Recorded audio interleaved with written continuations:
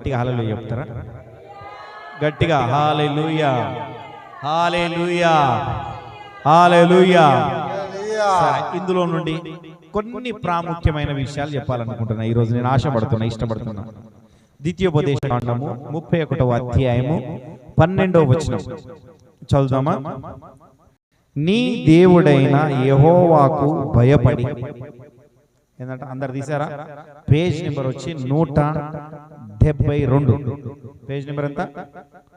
172 తీసారా అందరు? 172వ పేజీలో నీ దేవుడైన యెహోవాకు భయపడి, నీ దేవుడైన యెహోవాకు భయపడి ఈ ధర్మశాస్త్ర వాక్యములన్నిటిని, ఏందంట? ఈ ధర్మశాస్త్ర వాక్యములన్నిటినీ అనుసరించి నడుచుకున్నట్లు పురుషులేమి స్త్రీలేమి పిల్లలేమి నీ పురములోనున్న పరదేశులేమి వాటిని విని నేర్చుకొనుటకై అందరినీ పోగు చేయవలెను. ప్రార్థన చేసుకున్నాం. ప్రేమగల తండ్రి, దయగల యేసయ్య, కరుణగల తండ్రి, దయాదాక్షిణ్య పూర్ణుడా, నీకు వేలాది కోట్ల వందనాలు, స్తుతులు, స్తోత్రాలు చెల్లించుకున్న తండ్రి. కొన్ని నిమిషములు వాక్యం ధ్యానించుండగా మీరు మాతో మాట్లాడండి, మాలో ఉండమని వేడుకుంటున్నాం తండ్రి. వినగల చెవులను, గ్రహించగల మనసును కూడా వీరికి దయచేయమని వేడుకుంటున్నాం తండ్రి. పరిశుద్ధుడా, నేను ఏం మాట్లాడాలో ఏం మాట్లాడకూడదో నాలో ఉండి మీరు మాట్లాడమని వేడుకుంటున్నాం తండ్రి. నన్ను మీరు స్వాధీనపరుచుకోమని వేడుకుంటున్నాం తండ్రి. నీకు వందనాలు చెల్లించుకున్నాం తండ్రి. నా ద్వారా మీరే మహిమలు పొందమని యేసు నామమున అడుగుచున్నాం తండ్రి. ఆమేన్, ఆమేన్, హల్లెలూయా. అందుకనే మొదట నేనేం అడిగాను? బైబిల్ ఉందా అని అడిగాను. అందరి దగ్గర ఉందా? అయితే ఇక్కడ ఏమని చెప్తున్నానంటే, ఇజ్రాయేల్ ప్రజలకు, అదేవిధంగా ఇజ్రాయేల్ ప్రజలతోని వచ్చిన అన్యులకు అందరికీ పురుషులేమి స్త్రీలేమి పిల్లలేమి ఉందా లేదా? అక్కడ ఏందంట? వారందరూ యెహోవాకు భయపడి ఈ ధర్మశాస్త్ర వాక్యములన్నిటిని అనుసరించి నడుచుకున్నట్లు. చాలా మంది దేవునికి భయపడట్లేదు. ఏం చేయట్లేదు? దేవుడు అంటే భయము చాలా మందికి లేదు. భక్తి అంటవా? విపరీతమైన భక్తి ఉంది. అర్థమైందా? భక్తి, చాలా భక్తి ఉంది. అర్థమైందా? భయము అన్నది మాత్రము ఎవరిలో కలగట్లేదు. భయం ఉన్నవారు తప్పు చేయడానికి చూడరు.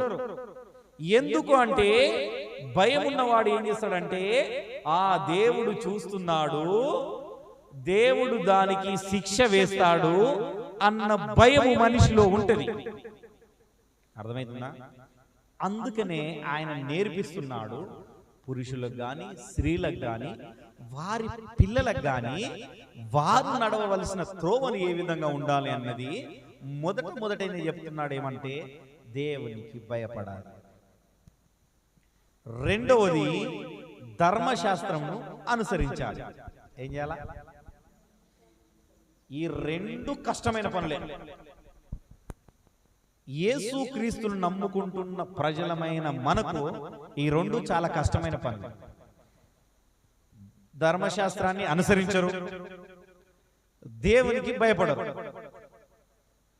కానీ భక్తి మాత్రం చాలా భక్తి ఉంది. ఎంత భక్తి ఉందంటే, వారి అంత భక్తి పరులు అన్న వారే కనపడరు. ఇక అంత భక్తి ఉంటది మనుషుల్లోకి. ఎవరికైనా భక్తి ఉంటది, అంతేనా కదా? ఆ భక్తిని మరి మీరు ఏం చేస్తున్నారు, ఏం కథ అన్నది అంటే, ఎటేటు నడుస్తున్నారు అన్నది ఈరోజు కొంచెం ముందుకెళ్దాం. ఓకేనా? అయితే ఈ భక్తి, ఈ భయం గురించి సేవకుడు బోధిస్తే ఏం చేస్తారంటే, కొంతమంది సేవకులు బోధిస్తే వినే వారికి ఏమనుకుంటారంటే, వీరు నా గురించే చెప్తున్నాడు. ఎవరి గురించి?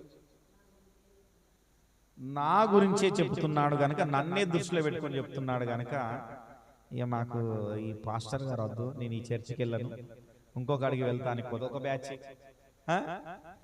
ఇంకొక బ్యాచ్ ఏంటంటే, ఆయన అట్లనే చెప్పుకుంటాడు, ఆయన చెప్పినంతసేపు అక్కడ అని తల ఊపితే సరిపోతుంది. అర్థమైందా? ఇట్లా తల ఊపుతుంట. తెలుసా ఈ సామెత? తెలుసా? గంగిరెద్దులాగా తల ఊపుతుంది అంటారు, చూసినావా? ఏ చెప్పినా కానీ ఇట్లా అన్నాడే, అర్థమైందా? ఇట్లా తలూపే బ్యాచ్ ఒకటి, ఇంకొక బ్యాచ్ చెప్తా, ఇంకొక బ్యాచ్ చెప్తా, చెప్పిన దాన్ని విని సరి చేసుకునే బ్యాచ్ ఒకటి. అందుకనే యెహోషువ చెప్తున్నాడు. అట్లనే ఒక 2 పేజీలు వెనుక ఇట్లా 2 ముందుకు తీస్తే నేను చెప్పిన కానీ యెహోషువ 1:8 ఉంటుంది. అక్కడ ఒక మాట ఉంటుంది. ఈ మాట చదివి ముందుకు వెళ్దాం. చదవండి, మైకులు చదవగలిగిన వారు మైకులు చదవండి. 1:8. ఈ ధర్మశాస్త్ర గ్రంథమును నీవు బోధింపక తప్పిపోకూడదు. దానిలోను వ్రాయబడిన వాటన్నిటిని ప్రకారము చేయుటకు నీవు జాగ్రత్త పడినట్లు దీవారాత్రము దాన్ని ధ్యానించిన ఎడల నీ మార్గమును వర్ధిలింపజేసుకొని చక్కగా ప్రవర్తించదవు. చాలు. ఏమందంట? ఈ ధర్మశాస్త్ర గ్రంథమును నువ్వు బోధింపక తప్పకూడదు, దానిలోని వ్రాయబడిన వాటన్నిటి ప్రకారం చేయుటకు నువ్వు జాగ్రత్త పడినట్లు దీవారాత్రం. ఈ ఒక్క విషయం ముందుకు చెప్పే ముందు కొద్ది మందికి ఒక విషయం చెప్తా. ఈ గుర్తు చేయడం ఏంటంటే, చాలా మందికి ఒక మాట ఇది నాకు ఏమిటంటే, సువార్త చెప్పడము పాస్టర్ చెప్పాలన్నా లేదా యేసుక్రీస్తు నమ్ముకున్న వాళ్ళందరూ చెప్పాలన్నా. మీలో ఉన్నవారు ఎవరైనా చెప్పగలుగుతారా? అన్న మీరు ఏమైనా చెప్పగలుగుతారా? హల్లెలూయా. అన్న మంచి క్లారిటీలో ఉన్నాడు. మీరు హల్లెలూయా. అయితే ఇక్కడ యెహోషువకు దేవుడు బయలుపరిచినది. మోషే తదంతరం, మోషే చనిపోయిన తర్వాత ఎన్నుకున్నది ఈ యెహోషువను. యెహోషువను ఎన్నుకోవడానికి గల కారణం ఏమిటంటే, ఆయన మోషేను పర్టిక్యులర్ గా అనుసరించేసాడు. హల్లెలూయా. కొద్ది మంది సేవకుని పర్టిక్యులర్ గా అనుసరిస్తారు. వారి మీద ఉన్న అభిషేకం, ఈయనకు పిలుపు ఉన్నదో లేదో తెలియదు. ఒకవేళ పిలుపు లేకపోవచ్చు, దేవుని పిలుపు లేకపోవచ్చు, కానీ దేవుడు అంటే ఎవరో ఎరిగి ఉన్న మనిషి. కాకపోతే దేవుని పిలుపు ఉన్న వ్యక్తిని వెంబడిస్తున్నాడు గనక ఆ అభిషేకం ఆటోమేటిక్ ఈయన మీదకి వచ్చేస్తుంది. ఆ విధముగా అభిషేకం వచ్చిన వాడే యెహోషువ. ఆ యెహోషువకు మళ్ళీ జ్ఞాపకం చేస్తున్నాడు దేవుడు. ఏమని చెప్తున్నాడు?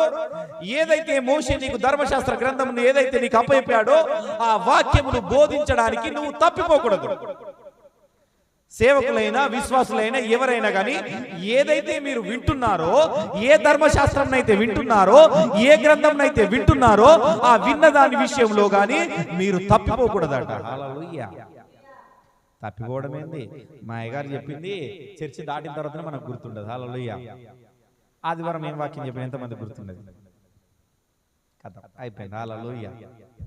దేవునికి మహిమ కలుగును గాక. హల్లెలూయా. అమ్మ కొద్ది చెప్పింది జక్కయ్య. ఇంకా అంతేనా? ఇలాంటి పరిస్థితుల్లో ఉన్న మనము, అందుకని అక్కడ ఏమడుగుతున్నాడు అంటే, ఆ లాస్ట్ వచనంలో యెహోషువ 1:8 లాస్ట్ వచనంలో ఏమంట? దీవారాత్రము దాన్ని ధ్యానించిన ఎడల. ఏమంట? దీవారాత్రము ధ్యానించాలట. దీవారాత్రములు ధ్యానించడానికి మాత్రం మనిషికి సమయమే లేదబ్బా. నేను చెప్తున్నా, ఎవరికి సమయం లేదు? మనుషులకు సమయమే లేదు. ఉదయం లేచిన కాంచెలి నైట్ పడుకునేదాకా సమయమే ఉండదు.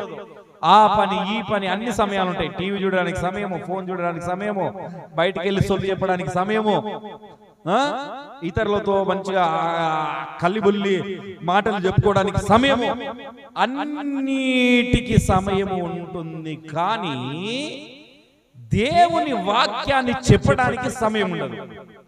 దేవుని గురించిన 4 మాటలు చెప్పడానికి ఎవరికి సమయం ఉండదు. అందుకనే పెద్ద గ్రంథమైన కీర్తన గుర్తుపెట్టుకోండి. మొదట స్టార్ట్ చేసి దావీదుకారుడు ఏమని స్టార్ట్ చేసింది? కింద దుష్టుల ఆలోచన చొప్పున నడవక, పాపుల మార్గమున నిలవక, అపవాసులు కూర్చుండు చోట కూర్చునక. అగ్గో యెహోవా ధర్మశాస్త్రం. గడికి ఒకసారి ఇట్లా ఇట్లా అనుకుంటే ఇట్లా తలుపు బయటికి వెళ్ళి, అందుకని మొహం కడుక్కొని చెప్పింది. మళ్ళీ గడుపు, గట్టిగా నీళ్లు పోసుకో. ఓకేనా? అర్థమైందా? వాక్యం చాలా ప్రాముఖ్యమైనది. వాక్యం వల్లనే మనం జీవితాలు మారిపోతాయి. చాలా మందికి తెలియదు. అర్థమైందా? నేను ఒక మంచి మాట చెప్తాను, ఎప్పుడైనా గుర్తుపెట్టుకోండి. వాక్యాన్ని 60% చదవండి, ప్రార్థన 40% చేయండి. ఎంత చెప్పినా ఏం చెప్పినా ప్రార్థన ఏమన్నా కొంచెం తగ్గినా పర్వాలేదు, కానీ వాక్యం చదవగలిగిన వాళ్ళైతే ధారాళంగా చదవండి. వాక్యాన్ని ఏం చేయాలా? 60% చదవండి, 40% ప్రార్థన చేయండి. ఒకవేళ వాక్యం చదవరాని వాళ్ళకు ఖచ్చితంగా వాళ్ళు ఏం చేస్తారంటే 100% ప్రార్థన చేయండి. ఏం చేయాలి? పర్సెంట్ చేయాలి. చదవగలిగిన వారు మాత్రం 60% చదవాలి. హల్లెలూయా. అయితే ఎందుకు ఈ మాట చెప్తున్నానంటే, చాలా మందిలో ఈ తలంపులు రావట్లేదు. చదువుకున్న వాళ్ళకి కానీ ఎవరికైనా కానీ ఈ జ్ఞానము రావట్లేదు. ధర్మశాస్త్రం గురించి ఆ ఉన్న సంగతులు చెప్పడానికి ఇష్టపడట్లేదు. ఏదో కల్లిబుల్లి మాటలు చెప్పడానికి పాస్టర్స్ కూడా చాలా మంది ఏంటంటే కల్లిబుల్లి మాటలు ఏదో ఒక విషయాన్ని తీసుకొని ఆ విషయం మీద ఒక గంట సేపు మెసేజ్ చెప్పి మంచిగా దీవెనకరమైన విషయాలు, నువ్వు ఆశీర్వదించబడతావు, నువ్వు ఇలా ఉంటావు, నీ పిల్లలు ఒలివ మొక్కల వల్ల ఆశీర్వదించబడతారు అని చెప్పగానే ఆ మాటలకు ఏంటంటే అట్రాక్షన్ అయిపోతున్నారు. ఏమైతున్నారు? అట్రాక్షన్ అయిపోతున్నారు. కానీ ధర్మశాస్త్రంలో ఏమున్నది మాట్లాడాలని గ్రహించలేకపోతున్నారు. ఆ ధర్మశాస్త్రం ఏం చెప్తుందన్న విషయాన్ని గ్రహించలేకపోతున్నారు. బైబిల్ మన దగ్గరనే ఉంది కానీ ఇక్కడ సంకల పెట్టుకోవడానికి అవసరం వస్తుంది, ఇలా పట్టుకొని నడవడానికి అవసరం వస్తుంది, కానీ దాన్ని తెరిచి చదవడానికి మాత్రం మనకు సమయం ఉండట్లేదు, ఆ అవకాశం రావట్లేదు. అందుకనే మరలా మరలా మరలా మరలా మోషే చనిపోగానే మరలా యెహోషువ గుర్తు చేస్తున్నాడు. అర్థమైందా? ఇంతకు ముందు చాలా మంది పాస్టర్స్ చెప్పొచ్చు, చాలా దిక్కుల వర్తమానాన్ని వినొచ్చు. మీరు ఆ వినినప్పుడు కానీ ఆ వినిన దాన్ని ఏమైనా మర్చిపోయారేమో అని ఈ రోజు మళ్ళీ దేవుడు గుర్తు చేస్తున్నాడు. హల్లెలూయా. ఎంతమంది నమ్ముతున్నారు? హల్లెలూయా. అయితే దీన్ని వినుట మాత్రమే కాక ఏంటంట? యాకోబు 1:22 ఉంటుంది. వినుట మాత్రమే కాక చాలా మంది వింటున్నారు, మళ్ళీ వదిలేస్తున్నారు. ధర్మశాస్త్రాన్ని కొంతమంది చదువుతున్నారు, చదివి కూడా వదిలేస్తున్నారు. ఇతరులకు చెప్పడానికి భయపడుతున్నారు. అయ్యో నాకు పిలుపుందా లేదా, ఓ నేను దేవుని గురించి చెప్పాలో చెప్పకూడదో అన్న ఆలోచనలతోనే ఉంటున్నారు కొద్దిమంది. అర్థమైందా? కొంతమంది ఏదైనా పోనీ బైబిల్ ట్రైనింగ్ పోండి, లేదా చదువుకోవడానికి పోండి, దేనికన్నా పోండి, బైబిల్ కన్నా పోతే ఏమంటారంటే బైబిల్ ట్రైనింగ్ పోతే సేవ చేయాలయ్యా ఆయనలాగా. ఏమంటారు? సేవ చేయాలన్నా ఈ భయం బాగా ఉన్నది. బైబిల్ ట్రైనింగ్ పోతే ఏమైతుంది? బైబిల్ గురించిన జ్ఞానం పెరుగుతుంది. హల్లెలూయా. ఏమవుతుంది? వినుట వలన విశ్వాసం అధికమవుతుంది. వినుట వలన విశ్వాసం అధికమై ఆత్మలో దాహము తీరును రండి. అర్థమైందా? ఆలయం చాలా ఎంత చక్కగా రాసింది. ఒకసారి చూద్దామా? 1:22 యాకోబు చదువుతారా? తీయండి త్వరగా. యాకోబు 1:22 చదవండి. మైక్లో చదువు. మీరు వినువారు మాత్రమై ఉండి మిమ్మును మీరు మోసపుచ్చుకొనకుండా వాక్య ప్రకారము ప్రవర్తించిన వారునై యుండుడి. ఎవడైనను వాక్యమును వినువాడై ఉండి దాని ప్రకారము ప్రవర్తింపని వాడైతే వాడు అద్దములో తన సమాజ ముఖమును చూచుకొని మనుషుని పోలి ఉన్నాడు. 1:22 అంతే మాత్రం. మీరు వినువారు మాత్రమై ఉండి మిమ్మును మీరు మోసపుచ్చుకోకుండా వాక్య ప్రకారం ప్రవర్తించు వారై ఉండుడి. ఏమంట?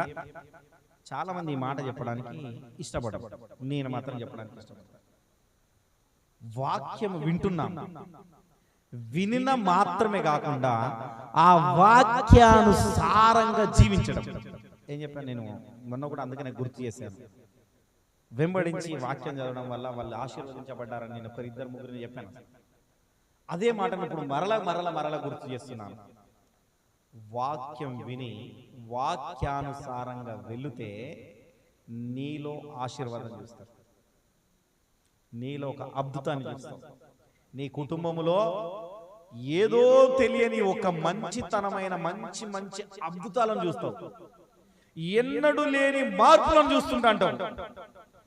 ఎప్పుడు నీకు కని విని ఎరగని సంతోషం నీ మదిలో వచ్చేస్తా అంటది. అర్థమైందా? ఈ సంతోషం అన్నది నీ మనసులో నీ ఆనందం రాలేదు అంటే నువ్వు వాక్యానికి లోబడట్లేదు, వాక్యానుసారంగా జీవించట్లేదు. వాక్యాన్ని వింటున్నావు కానీ దాన్ని వదిలేస్తున్నావు. ఏం చేస్తున్నావు? అంతేనా కదా? వాక్యమిని వదిలేసే వారికి ఏముండదు.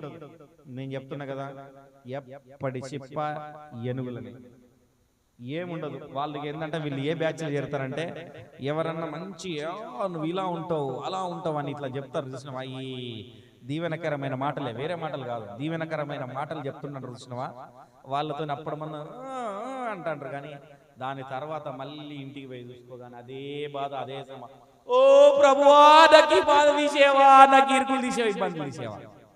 హల్లెలూయా, హల్లెలూయా, హల్లెలూయా.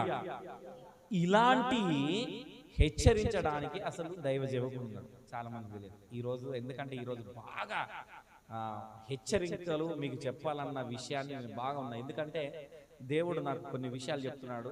నేను వాక్యం చెప్తుంటానట. పోయిన వారం నాకు దేవుడు బయలుపరిచింది ఏంటంటే కొద్దిమంది బాధపడుతున్నారు. ఏం చేస్తున్నారు? బాధపడుతున్నారు. వాక్యం చెప్తున్నా అంటే వాళ్ళు బాధపడుతున్నారు, వాళ్ళు ఆ బాధలో ఉన్నారు. ఎందుకు ఆ బాధలో ఉంటున్నారో తెలియదు. అంటే నేనేమన్నా ఉన్నట్టు చెప్తే ఎట్లా బాధ అనిపిస్తుందా, ఏమనిపిస్తుందో నాకు తెలియదు. కానీ ఈ విషయాన్ని చెప్పమని బైబిల్లోనే ఉంది. ఉన్నట్టుగా చెప్పమని ఎక్కడుంది? ఒకసారి చూద్దామా? తిమోతికి రాసిన 2వ పత్రిక 3వ అధ్యాయం 16వ వచనం ఒకసారి చూడండి. తిమోతికి రాసిన 2వ పత్రిక 3వ అధ్యాయం 16వ వచనం. నేను కూడా చేయండి. మీకు ఎందుకు ఈ మాట గుర్తు చేస్తున్నానంటే 2వ పత్రిక 3:16. దైవజనుడు సన్నద్ధుడై ప్రతి సత్కారమునకు పూర్వముగా సిద్ధపడి ఉండినట్లు దైవావేశం వలన కలిగిన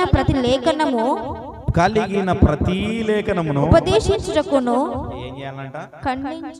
ఉపదేశించుట. దేనికి? దైవజనుడు సద్ధనుడే అంటే సిద్ధపడి ఉంటాడు. దైవజనుడు ఎవరు?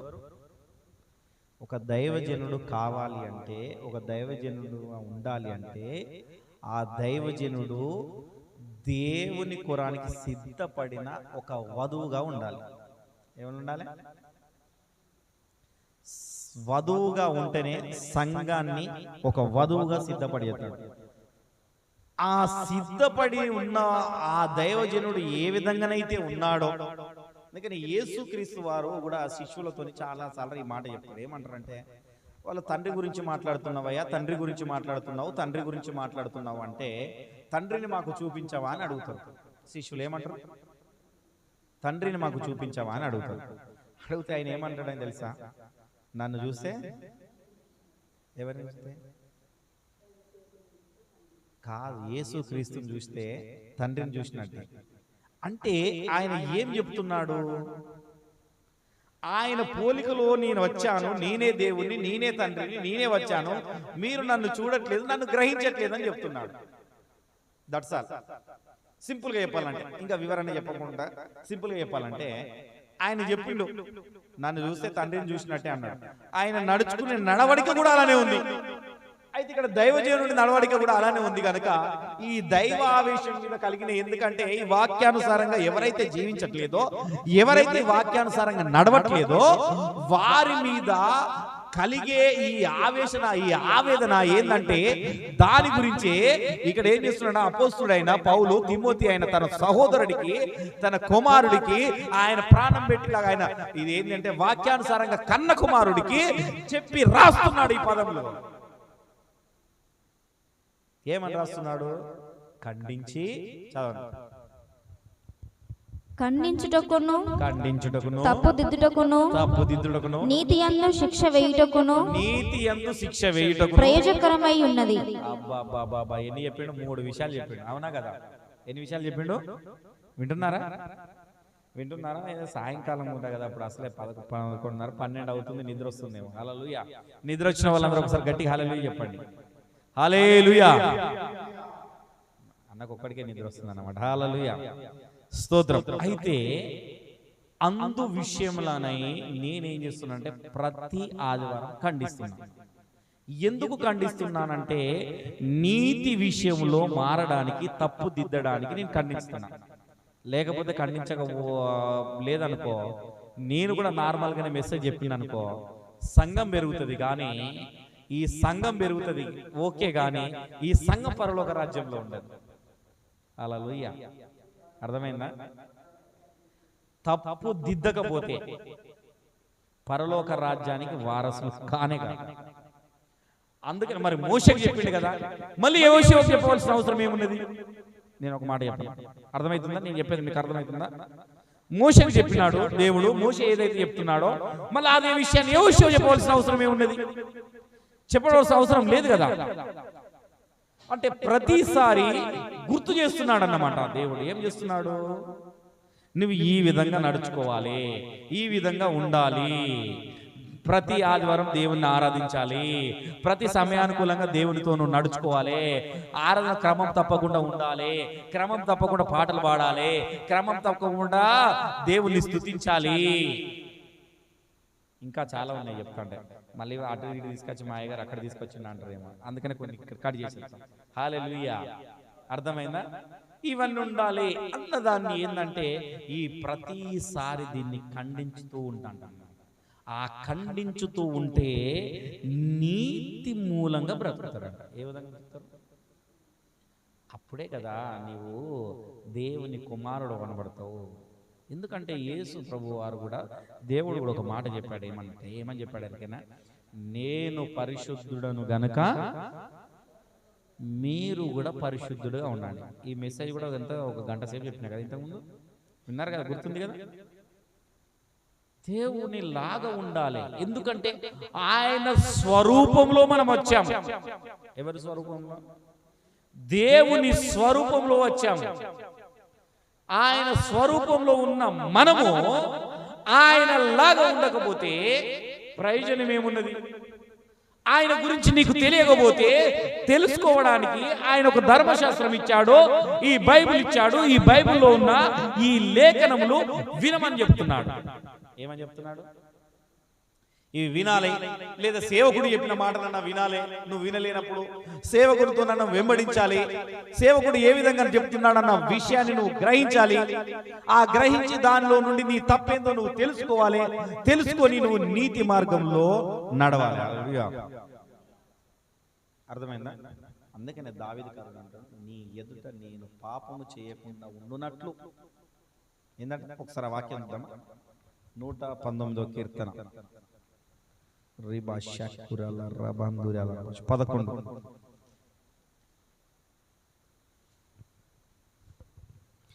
నీ ఎదుట నేను పాపం చేయకుండానట్లు నా హృదయంలో నీ వాక్యము ఉంచుకొని ఉన్నాను. చాలు. ఏమంట? ఏం ఉంచుకున్నాడంట? వాక్యం. ఎవరికన్నా ఈ వాక్యం ఉంచుకుంటున్నా? ఎంతమంది ఉంచుకున్నారు? 2 రోజుల క్రితం చెప్పిన వాక్యం ఏమి హృదయంలో లేదు. ఏమన్నది? ఉన్న వాళ్ళకు దేవునికి స్తోత్రములు, లేనులకు ఏందంట? వాక్యం లేకపోతే ఏమొస్తుందట? నేను చెప్పిన ఈ మాట ఏమని చెప్తుంది? నీ ఎదుట పాపము చేయకుండా ఉండునట్లు నా హృదయములో. అంటే ఏమన్నట్టు? వాక్యం లేదు గనక పాపం వస్తుంది, అంతేనా కదా? వాక్యము నీ హృదయములో లేదు గనక నీలో పాపం వస్తుంది. ఆ పాపము నుండి నువ్వు విముక్తి పొందాలంటే నీ హృదయంలో వాక్యం ఉండాలి. నీ హృదయంలో వాక్యం ఉండాలంటే వాక్యం దొరికే కాడ నువ్వు ఉండాలి. అర్థమైందా? అర్థం కాల? అంతేనా? అంతేనా కదా? నీ హృదయంలో వాక్యం ఉండాలంటే వాక్యం దగ్గర నువ్వు ఉండాలా, వాక్యంతో నువ్వు ఎదగాల. ఆ వాక్యంతోనే నువ్వు గోడ కట్టుకోవాలి ఒక్కొక్కటి. హల్లెలూయా. ఆ వాక్యంతోనే నువ్వు పిల్లర్ వేసుకోవాలి ఒకటి. అప్పుడే కదా నువ్వు దేవునికి ఇష్టడిగా ఉంటావు, ఇష్టురాలిగా ఉంటావు. అందుకని ఒక్కరి గురించి చెప్పలే, ప్రత్యేకంగా ఒకరి గురించి చెప్పలేండి. అందుకని చెప్పిన 31:12 వచనంలో మరీ చదివిపించిన. ఎందుకు? పురుషులేమి, స్త్రీలేమి, పిల్లలేమి. అర్థమైందా? ఈ మధ్యలో ఏమైందంటే పిల్లలు ఒక కాడ, మన తల్లిదండ్రులు ఒక కాడ ఉండడం చాలా అలవాటు అయిపోయింది. హల్లెలూయా. ఒకరికి సంబంధం లేకుండా పోతుంది, సంబంధం దూరం అయిపోతుంది. ఏమైతుంది? సంబంధాలు దూరం అయిపోతున్నాయి. ఏది చేయాలో వాళ్ళకి తెలియట్లేదు. ఇంకా వాళ్ళు ఏ వాక్యంలో ఎదుగుతారు, ఏ వాక్యంలో ఉంటారు, ఉండలేకపోతున్నారు ఒక్కొక్కరు. అర్థమైందా? అయితే మనం కూడా మన పిల్లల్ని వాక్యంలో కూడా ఎదగడం మొదలు పెట్టాలి, కట్టడం మొదలు పెట్టాలి. ఆ కట్టిన వాళ్ళు కూడా, ఆ వాక్యంలో ఎదిగిన వాళ్ళు కూడా మధ్యలో తప్పిపోతున్నారు. తప్పిపోయినప్పుడు మళ్ళీ సరి చేయడం మొదలు పెట్టారు. హల్లెలూయా. సరి చేయడం ఇప్పుడు కోపం వస్తుంది కావచ్చు. నాకు కూడా చాలా మంది చెప్పేది, ఏందయ్యా నువ్వు పాస్టర్ కొడుకు అయ్యండి, నువ్వు పాస్టర్ సేవ చేయకుండా నువ్వు అంత అందరికి వ్యతిరేకంగా ఉన్నావేంది, వ్యతిరేకమైన దిశలో నువ్వు నడుస్తున్నావేంది, నువ్వు ఎందుకు ఇట్లా ఉన్నావు అని నన్ను చాలా మంది నన్ను అనేది, చాలా మంది అడిగేది, చాలా మంది నన్ను హెచ్చరించేవాళ్ళు. హెచ్చరిస్తున్నా కానీ నేను అసలు ఎవరిని పట్టించుకునేవాడిని కాదు. మీరు గట్లనే చెప్తారు, నేను గిట్లనే చేస్తా, నాది నేనే, మీరు మీదే, ఎవరిది వాళ్ళే అని చెప్పుకుంటాను అనేది. మళ్ళీ పాస్టర్ల మీటింగ్లు బాగా పెట్టేది, మళ్ళీ మాట్లాడేదైతే మాటలు బాగా చెప్పేది, పాస్టర్ల మీటింగ్స్ అయితే మంచిగా పెట్టేది, దుమ్ముదాముగా పెట్టేది. మళ్ళీ పాస్టర్ మీటింగ్ అందరు స్పాన్సర్లే. మళ్ళీ నాకు ఎవరు మంచి స్పాన్సర్ ఎవరైనా దొరికినా చూసుకునేది, మాట్లాడుకునేది. వాళ్ళు దొరికితే ఇంతమంది పాస్టర్లను పిలిస్తే వాళ్ళందరికీ సాయం చేయి, భోజనం పెట్టని చెప్పేది, వాళ్ళ మీటింగ్లు పెట్టించేది. అట్లా కూడా కొన్ని రోజులు అట్లా అయిపోయింది, అట్లా కూడా నడిపించిన కొన్ని రోజులు. కానీ నా హృదయంలో మాత్రం వాక్యం లేదు. ఏమైంది? నాలో కాదు, ఇప్పుడు చాలా మందిలో అలా లేదు. కానీ ఇక్కడ కీర్తనకారుడు ఏమని చెప్తున్నా అంటే, పాపము చెయ్యకుండా ఉండున్నట్లుగా నీ హృదయములో వాక్యం ఉంచుకోవాలి. ఏం చేసుకోవాలా? ఈ వాక్యము నీ హృదయంలో ఉంటే నీ యొద్దకు పాపమే రాదు. హల్లెలూయా. ఈ వాక్యం నీ హృదయంలో ఉంటే నువ్వు దేవుని సన్నిధి నుండి అసలే తొలగిపో. ఈ వాక్యం నీ హృదయంలో ఉంటే నీ దీవెనలు ఎవడూ ఆపలేడు. హల్లెలూయా. ఈ వాక్యం నీ హృదయంలో ఉంటే నీ ఎదుగుదలను ఎవడూ ఆపలేడు. హల్లెలూయా. ఈ వాక్యాన్ని నా హృదయంలో నేను భద్రపరుచుకున్నా కాబట్టి నేను ఎదుగుతున్నాను. గుర్తుపెట్టుకోండి, ఏమని చెప్తున్నా? ఈ వాక్యాన్ని నా హృదయంలో పెట్టుకున్నాను కాబట్టి నేను ఎదుగుతున్నాను. ఈ వాక్యాన్ని మీ హృదయంలో పెట్టుకొని మీరు కూడా ఎదగాలి. అందుకే నేను చెప్తున్నా, దైవావేశం వల్ల కలిగినది. ఎంత అంటే ఉద్రేకతతో రాస్తున్నాడు అనుకోవాలి పౌలు గారు, అవునా కదా? ఎంత ఉద్రేకతతో రాస్తున్నాడు. ఏయ్ తిమోతి, నీ పిల్లలను చక్కబెట్టుకోవయ్యా, నువ్వు వాళ్ళని మార్చుకో, ఖండించు, బుద్ధి చెప్పు, నీతి మార్గంలో నడిపించు. అర్థమైందా? అది ఆ దైవావేశము నీలో నాలో ఉంటే దేవుని వాక్యాన్ని నీ హృదయంలో పెట్టుకుంటావు. ఎందుకంటే వాక్యము రెండంచుల ఖడ్గమై ఉన్నది. ఏమై ఉన్నది? ఎటు సైడ్ ఉన్న తెగిపోతుంది, కత్తి లాంటిది. అంతేనా కదా? కత్తికి రెండు దిక్కుల పదను ఉన్నదన్నమాట. ఈ మధ్యలో ఒకటే పదను నేర్చినాయి కూరగాయలు వేసేదానికి. అలా కొన్ని ఉంటాయి రెండు దిక్కుల పదను గల కత్తులు ఉంటాయి. ఇప్పుడు చూసారా మీరు? ఎటు సైడ్ కోసినా తెగుతుంటది. ఒక సైడ్ ఏమో చిన్నగా ఉంటుంది, ఒక సైడ్ ఏమో పెద్దగా ఉంటుంది. వాక్యం కూడా అట్లనే ఉంటుంది. హెబ్రీలకు రాసిన పత్రిక 4వ అధ్యాయం 12వ వచనంలో ఈ మాట ఉంటుంది. అర్థమైందా? వాక్యం కూడా రెండంచుల ఖడ్గమై ఉన్నది. ఎట్నుండి కోసినా తెగుతుంది మనకు వాక్యం. ఎట్నుండి కోసినా ఈ వాక్యం మన హృదయంలో ఉంచుకుంటే మనము ఒకటే. అదే రోమీలకు రాసిన పత్రిక 10వ అధ్యాయం 17వ వచనంలో ఉంటుంది, వినుట వలన విశ్వాసం కలుగుతుంది. ఏం కలుగుతుంది? పోనీ వాక్యం అన్న విన్నామంటే సరిగ్గా వినడానికి ఉండదు. చర్చికి రాగానే వాక్యం వినడానికే రాదు. ఇట్లా ఆవలింపు వస్తుంది మనకు. ఇట్లా చర్చిలో కూర్చున్నప్పుడు ఇట్లా అంటారు, ఆవలింపు ఇట్లా తీస్తారు, ఇట్లా ఇట్లా ఎన్నడూ లేని ఇదేమంటారు చూసినా ఇట్లా ఇలా తీయడం వల్ల ఏమైతే తెలుసా? అంటే వాళ్ళ హృదయంలో వాక్యం లేదు, వినగల చెవులు కూడా లేవు. Body is present, mind is absent. వాళ్ళు ఇంకెన్ని రోజులున్నా, ఇంకా 30 సంవత్సరాలు దేవుని నమ్ముకున్నా కానీ దీవించబడరు. నేను ఇంతకుముందు చెప్పినప్పుడు చాలాసార్లు చెప్పిన, 30 సంవత్సరాలు, 20 సంవత్సరాలు, 10 సంవత్సరాల నుండి నువ్వు యేసుక్రీస్తుని నమ్ముతున్నావు, సొంత రక్షకుడిగా ఉన్నావు, కానీ నీలో గ్రోతింగ్ లేదు. నేనేం చెప్తున్నా అంటే, యేసుక్రీస్తుని నీ సొంత రక్షకుడిగా నువ్వు అంగీకరిస్తే 3 నెలలలో నీ గ్రోతింగ్ కనబడాలి. ఎన్ని నెలలు చెప్పిన? 3 months, ఓన్లీ 3 నెలలు. ఈ 3 నెలల్లో గ్రోతింగ్ కనపడపోతే దేవుని వాక్యానికి నీ హృదయంలో లేదన్నట్టే. నేను చెప్పేది 100% చెప్తాను, 1% కాదు, 100% బల్ల గుద్ది ముద్రేసి చెప్తాను. ఏదంటే దానికి రాసిస్తా. 3 నెలలు వాక్యాన్ని నీ హృదయంలో పెట్టుకుంటే నువ్వు దీవించబడతావు. హల్లెలూయా. అందుకనే కదా మన దగ్గర కూడా శాంపిల్స్ చూపించిన నేను. 3 నెలలలో ఎవరు దీవించబడ్డారు చెప్పండి? ఎవరు దీవించబడ్డారు మన దగ్గర? ఇంకా కిరణాన్ని మర్చిపోతాను. హల్లెలూయా, హల్లెలూయా. ఇంకా బయట విషయాలు చెప్తాను. ఇంకొక బయట విషయాలు సాక్ష్యాలు చెప్పాలంటే చాలా ఉన్నాయి. బయట విషయంలో దేవుడు చాలా కార్యాలు చేసినాయి, అన్నీ కూడా ఉన్నాయి. వాళ్ళు అప్పుడప్పుడు ఇప్పటికి కూడా నన్ను మర్చిపోకుండా ఫోన్ చేస్తున్నారు. మొన్న దుబాయ్ నుండి కూడా దేవేందర్ పని చేస్తున్నట్టు వాళ్ళు కూడా ఫోన్ చేసింది. వాళ్ళు కూడా నాకు మర్చిపోరు. వాళ్ళకు దేవుడు నేను చేసిన అంటే నేను ప్రార్థన చేసినప్పుడు వాళ్ళకు దేవుడు చేసిన మేలు వాళ్ళు మర్చిపోకుండా అప్పుడప్పుడు నన్ను జ్ఞాపకం చేసుకుంటూ చేస్తున్నారు. నేను ఆ మధ్యలో ఏం చేసిందంటే IMO అనే ఒక కాల్ ఉంటుంది, వీడియో కాల్ IMO అని. దాంట్లో అందరూ బయటికి పోయిన వాళ్ళు, తెలుగు వాళ్ళే బయటికి పోయి పని చేసుకునేటోళ్ళు, దుబాయ్, సౌదీ, కరెక్ట్గా బయట ఉన్నప్పుడు వాళ్ళకి వాక్యం చెప్పేటోళ్ళు. నేను ఏం చెప్పేటోని వాక్యం చెప్పేవాడిని.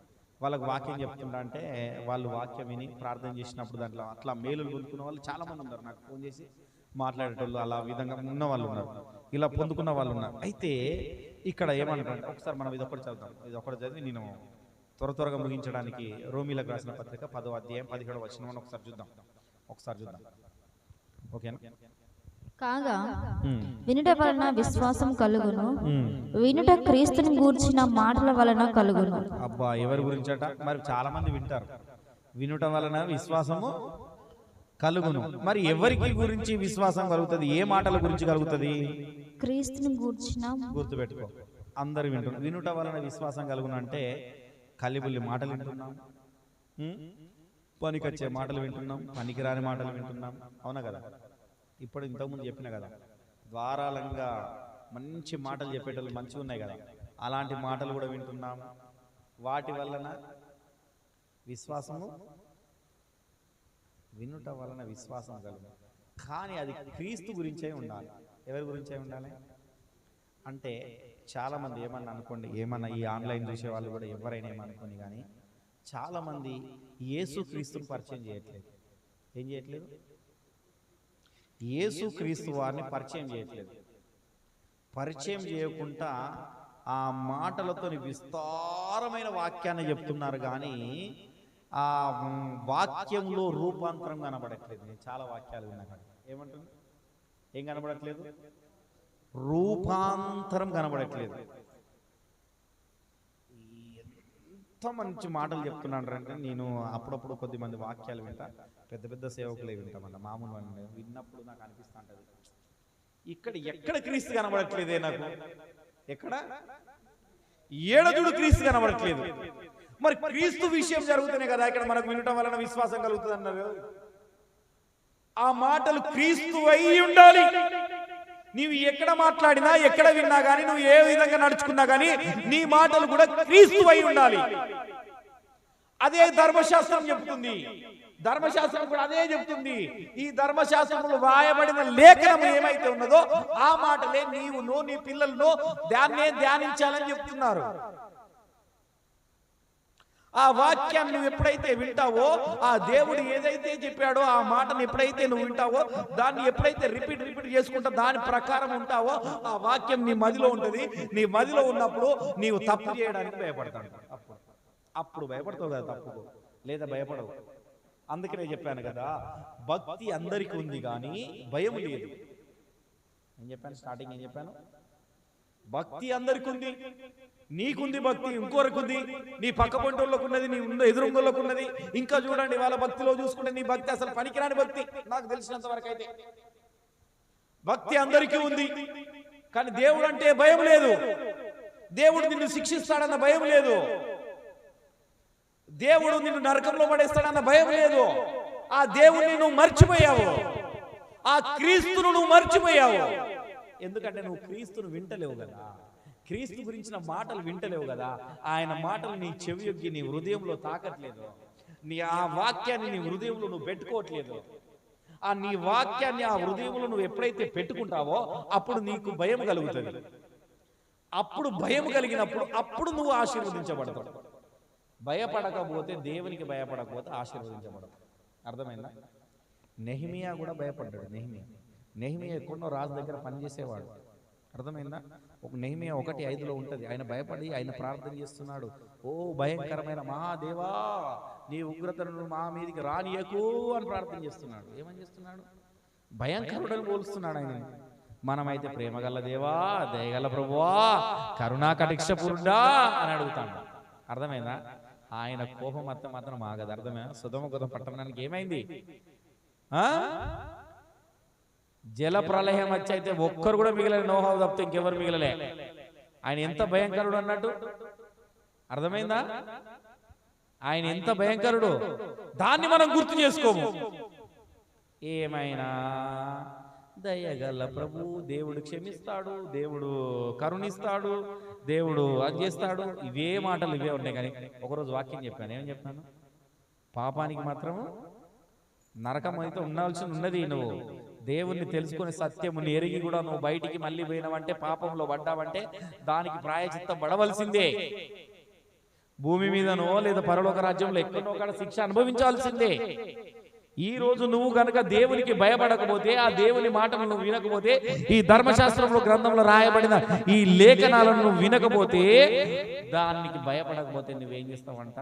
ఖచ్చితంగా నరకానికి వెళ్ళాల్సిందే కంపల్సరీ. ఈ సత్యము స్వతంత్రులుగా చేస్తుంది మనలో.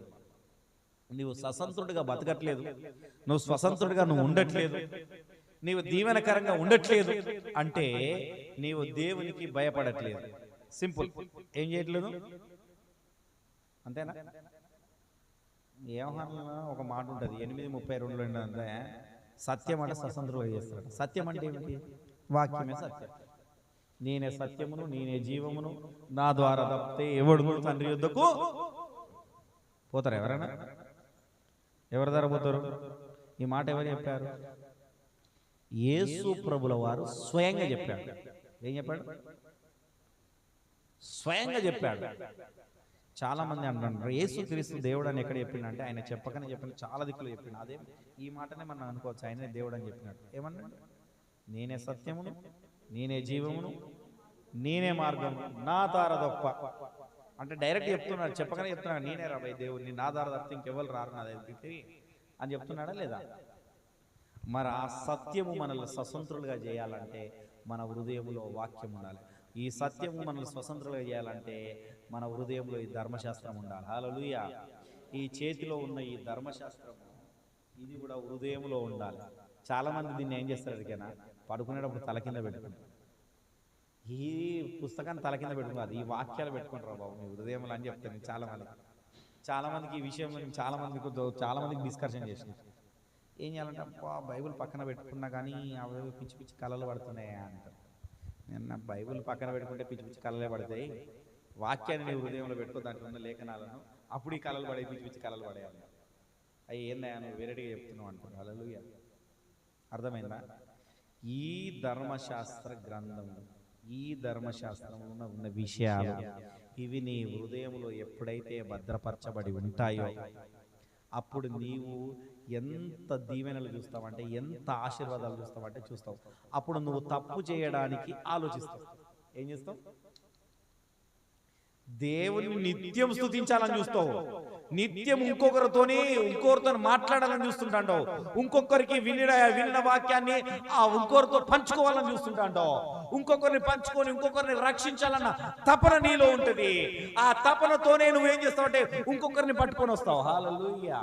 ఎప్పుడు వస్తావు? వినుట వలన విశ్వాసం అధికమై ఆత్మలో దాము తీరును రండి ఆనందం హల్లెలూయా ఆలయంలో ప్రవేశించు రండి అందరూ స్వాగతం సుస్వాగతం యేసు నామములో. నీవు విన్నట్టుగానే, నేను ఇంతకుముందు చెప్పినట్టుగానే ఇలా ఇలా ఇలా ఇలా అంటున్నావు, కానీ వాక్యాన్ని లోపలికి ఎదిగించట్లేదు, వాక్యం లోపలికి వెళ్ళట్లేదు. వాక్యం నీ హృదయంలో ఉన్నప్పుడు నువ్వు తప్పు చేయవు, తప్పు చేసిన వాడిని ఖండించి తీసుకొని వస్తావు. హల్లెలూయా. అదే విషయాన్ని పౌలు గారు తిమోతికి మళ్ళీ మరలా చేస్తున్నాడు. ఏం చేస్తున్నాడు? దైవావేశం వల్ల కలిగినదయ్యా ఇది, వాళ్ళని ఖండించు, బుద్ధి చెప్పు, నీతి మార్గంలో పెట్టు. ఏం చెప్పాలా? ఏం చేయాలా? ఈ కాంచెలు మీరు కూడా ఏం చేయాలా? ఖండించాలా, బుద్ధి చెప్పాలా, నీతి మార్గంలో పెడతారా పెట్టరా? ఏం పెడతారు అనుకున్నా అయ్యగారు, ఏం పెడతాను తీయరాదు అయ్యగారు, ఊకే మీకు ఏడ పని లేదు, ఊకే రోజు ఇదే మాటలు చెప్తాంటారా, ఊకే ఇదే అనుకుంటాను. అయింది. హల్లెలూయా. అంతే అనుకోవడం ఏమున్నా కానీ మనము దేవుని యందు ఎదగాలి, దేవుని యందు మనం నడవాలి అంటే వాక్యం మన హృదయంలో ఉండాలి. అంతే, దట్స్ ఆల్. ఇంకేం చెప్పదలుచుకోలేదు నేను. ఏం చెప్పాలా? నీ కుటుంబము మార్చబడాలంటే, నీ కుటుంబం ఎదగాలి అంటే, నీవు నలుగురిలో ప్రత్యేకించబడాలి అంటే వాక్యం నీ హృదయంలో ఉండాలి. నీ వాక్యం నా పాదములకు దీపము, నా త్రోవకు వెలుగై ఉన్నది. కీర్తన 119, 105 ఉన్నదా లేదా? ఏందంట? పాదములకు దీపమాట, త్రోవకు వెలుగు. మరి త్రోవకు వెలుగు అంటే ఎక్కడ ఉన్నది? ఈ త్రోవ చూపించాలంటే మన జీవితాలు మారుతనే కదా త్రోవ వచ్చేది, అవునా కదా? ఒక త్రోవలో వెళ్తున్నామంటే, ఒక మంచి మార్గంలో వెళ్ళాలంటే వెలుతురు కావాలి. వెలుతురు లేకుండా చీకటిలో వెళ్ళగలుగుతామా? ఎటు వెళ్తున్నామో తెలియదు. ఇప్పుడు మనం బండి మీద వెళ్తున్నాము, బండికి లైట్ లేకపోతే వెళ్తామా? ఎటు వెళ్తాం? సరైన గమ్యం చేరుకుంటామా? చీకటి సమూహం ఉన్నప్పుడు దేనికి ఒకదానికి గుద్దుకుంటాం, అంతేనా కదా? అందుకని ప్రతి బండికి లైట్ ఇస్తారు, అవునా కదా? చీకటి సమయంలో ప్రయత్నించినప్పుడు ఏంటంటే, మనం బైక్ మీద వెళ్తున్నామంటే దానికి ఒక లైట్ ఉంటుంది. ఆ లైటే మనకు త్రోవ చూపుతుంది, మనకి వెళ్ళే మార్గాన్ని చూపిస్తుంటే. ఇక మార్గంలో ఎత్తువంపులు అవి ఉన్నాయి అన్నది అది విషయం తర్వాత, దాని గురించి ఆ ఎత్తువంపులను ఎలా సరి చేసుకోవాలన్నది నెక్స్ట్ వాక్యంలో చెప్తా. కానీ అయితే మనకు వాక్యము దీపమై ఉన్నది కనుక, ఈ వాక్యం మన త్రోవకు వెలుగై ఉన్నది కనుక నీ దీపము వెలిగించబడాలి. నీ దీపం అంటే నీ హృదయము వెలిగించబడాలంటే ఈ వాక్యము నీ హృదయంలో ఉండాలి. ఏముండాలి? అందుకనే మర్చిపోతారేమో అనుకొని మరలా మరలా మరలా గుర్తు చేస్తున్నాడు. ఏం చేస్తున్నారు?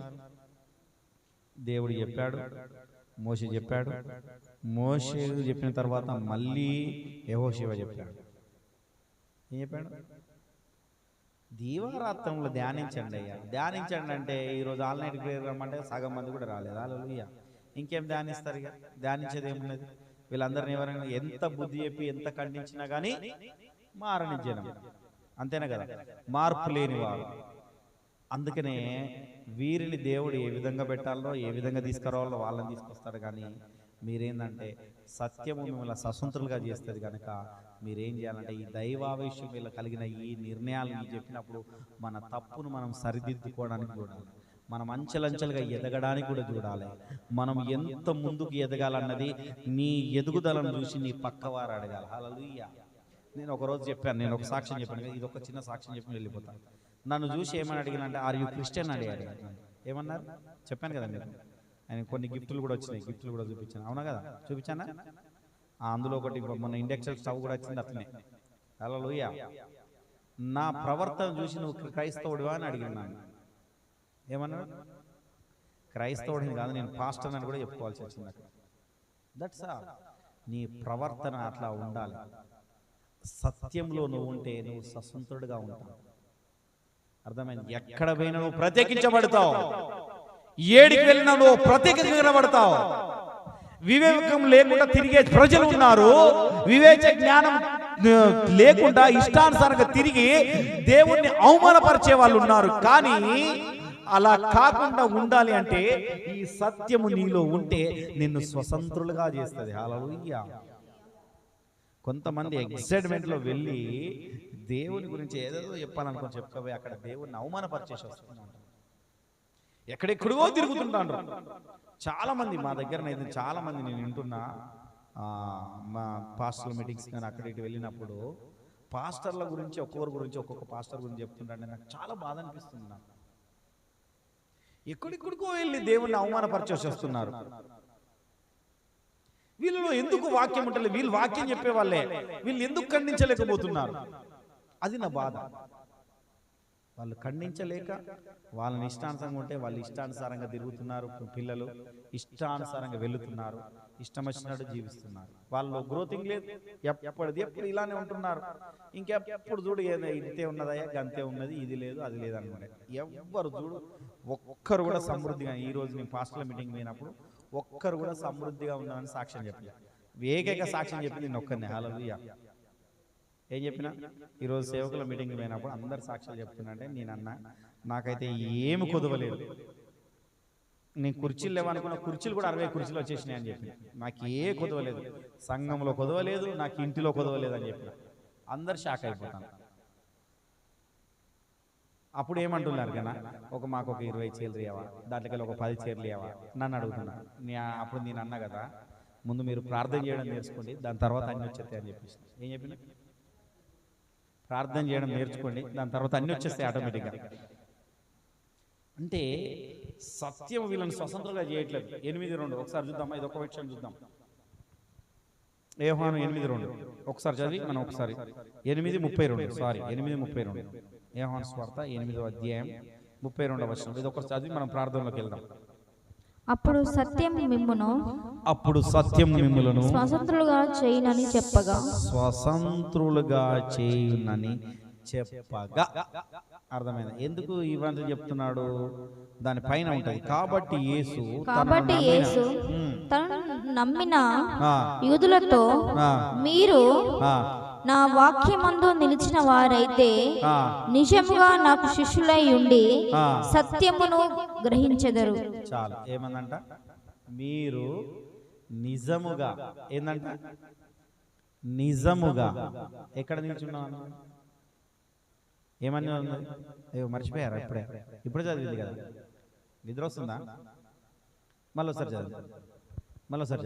కాబట్టి యేసు తనను నమ్మిన యూదులతో, మీరు నా వాక్యమందు ఎక్కడట? నా వాక్యమునందు నిలిచిన వారైతే, ఎక్కడ ఉన్న వాళ్ళైతే? నిలిచిన వారైతే నిజముగా నాకు శిష్యులై ఉండి. ఏమంట? చాలు, ఇక్కడ వాక్యమునందు నిలిచిన వారైతే నిజముగా నాకు శిష్యులైతే, లేకపోతే లేని. నిజముగా శిష్యులయ్యి వారు ఎక్కడ ఉంటారట? మళ్ళీ ఇంకో కంటిన్యూ చేయి. సత్యమును గ్రహించెదరు. అప్పుడు సత్యమును మిమ్మును స్వతంత్రులుగా చేయను. దేవుని వాక్యాన్ని నేను గ్రహించి సత్యములో ఉన్న కాబట్టి నన్ను స్వతంత్రంగా చేసింది. ఎక్కడ పోయినా నేను ప్రత్యేకించబడుతున్నాను. నేనే విధంగా అయితే ప్రత్యేకించబడుతున్నానో మీరు కూడా ఆ విధంగా ప్రత్యేకించబడాలా. హల్లెలూయా. నేనంటే ఏమిటి అన్నది నా దగ్గర గత 2-3 రోజులుగా 4 రోజులుగా వీళ్ళు పనికి వస్తున్నారు, నన్ను చూస్తున్నారా లేదా? చూస్తున్నారా నన్ను? ఏ విధంగా ఉంటున్నా నేను? అర్థమైందా? ఎక్కడన్నా ఏదైనా తప్పు కనబడుతుందా? గుర్తుపెట్టుకోండి, ఒక క్రైస్తవుడికి ఉండవలసిన లక్షణాలు ఏంటున్నాయి అన్నది చూసి, ఒకరిని చూసి ఇంకొకరు నేర్చుకోవాలి. ఏం చేసుకోవాలి? పొరపాటును కూడా వాళ్ళతో తప్పు మాట్లాడద్దు అనే చెప్తున్నా నేను, కానీ దానికి జత కలుపుతున్నానా నేను? గుర్తుపెట్టుకోండి, అది మనం సత్యములో ఎదగడం అంటే అది. మన వారు మాట్లాడనంత విస్తారమైన మాటలు వస్తుంటాయి, విస్తారమైన తప్పుడు మాటలు ఎక్కడికి వెళ్తుంటాయి, ఏదేదో వెళ్తుంటాయి. సత్యాన్ని గ్రహించడమే మర్చిపోయారు. సత్యాన్ని గ్రహిస్తే దేవునికి భయపడతావు. సత్యాన్ని గ్రహిస్తే దేవుడు ఉన్నాడని నువ్వు ఎరుగుతావు. సత్యాన్ని గ్రహిస్తే ఆయన చూచుచున్న దేవుడు అంటావు. హల్లెలూయా. అదే హాగారు పేరు పెట్టినట్టు నువ్వు కూడా పెడతాడు. చూస్తున్నాడు ఆయన, దేవుడు చూస్తున్నాడు. నేను ఈ సత్యాన్ని గ్రహించిన, నేను భయపడతా, నేను తప్పు చేయడానికి భయపడతా, అటు వెళ్ళడానికి ఆ మార్గం తప్పైన మార్గం, ఆ మార్గానికి వెళ్ళడానికి నేను భయపడతాను. ఆ మార్గాన్ని ఎంచుకోవు.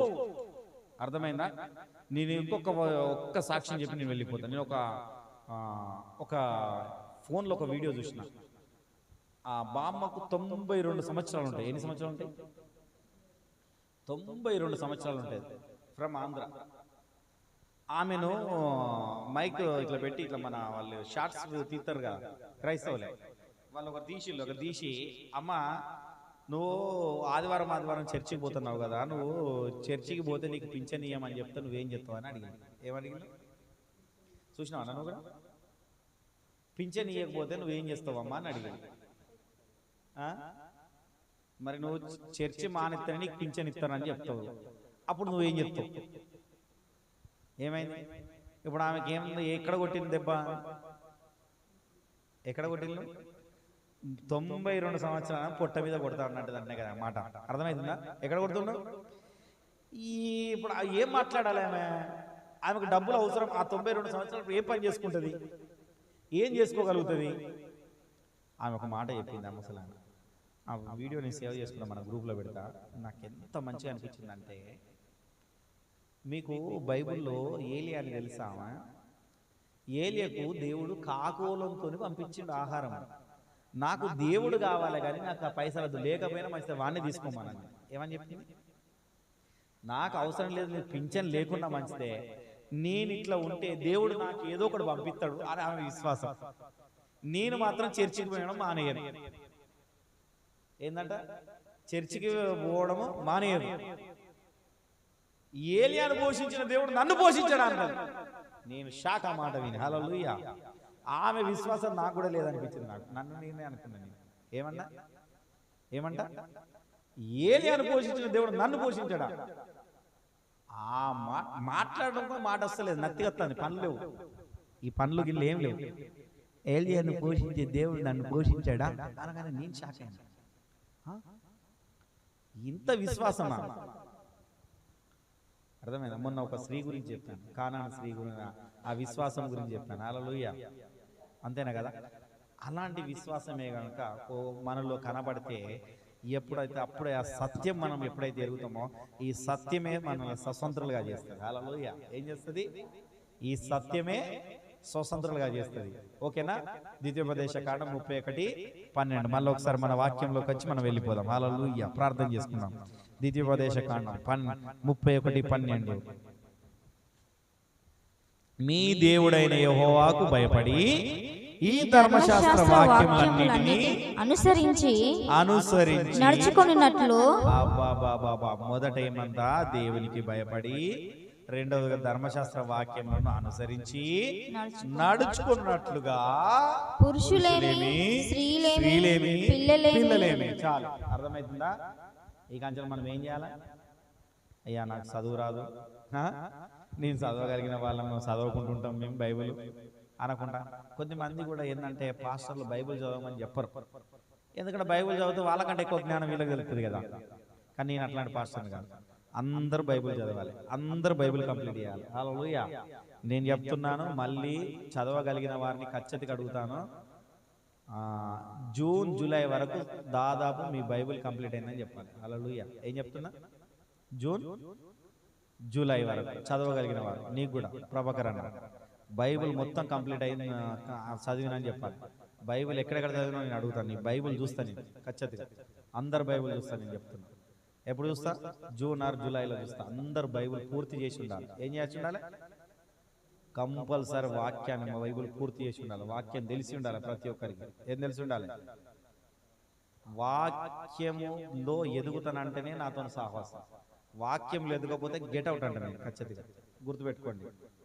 నేను వేరే దాన్ని చూడండి, గుర్తుపెట్టుకోండి. అందరు కొద్దిమంది అంటారు గురువులు ఉండాలి మన దగ్గర, పొట్టు ఉండాలి, అన్ని ఉండాలని కొంతమంది సేవకులు చెప్తాను. నేను అట్లా ఉంచుకొని పొట్టులను. అర్థమైందా? నాకు గోధుమ గింజలే కావాలి. ఏం కావాలి? అర్థమైందా? మంచి నీళ్ళ పడ్డ విత్తనమే కావాలి నాకు, వేరే వద్దు. నేను ఉంచుకోను. ఎందుకు ఉంచుకోనంటే గుర్తుపెట్టుకోండి, చాలా మంది తెలియదంటే మీ అందరికీ వాక్యం తెలిసి ఉండదు. చాలా మందికి ఏమున్నది? నాకంటే సీనియర్స్ అందరు, నాకంటే వయసులో ఎక్కువ ఉన్న వాళ్ళు అందరికీ తెలుసు. అర్థమైందా? తెలిసి తప్పు చేసిన వాళ్ళని మార్చలేము మనం. ఏం చేయలేం? తెలిసి తప్పు చేసే వాళ్ళని మార్చాలనుకోవడం కూడా నాది మూర్ఖత్వం. ఒకసారి 2 సార్లు, అందుకనే చెప్తాను నేను. మూడోసారి చెప్పిందంటే అవునా? అంతేనే కదా? ఇంతకుముందు అట్లనే చెప్పినా కదా, ఇప్పుడు కూడా అదే చెప్తున్నా.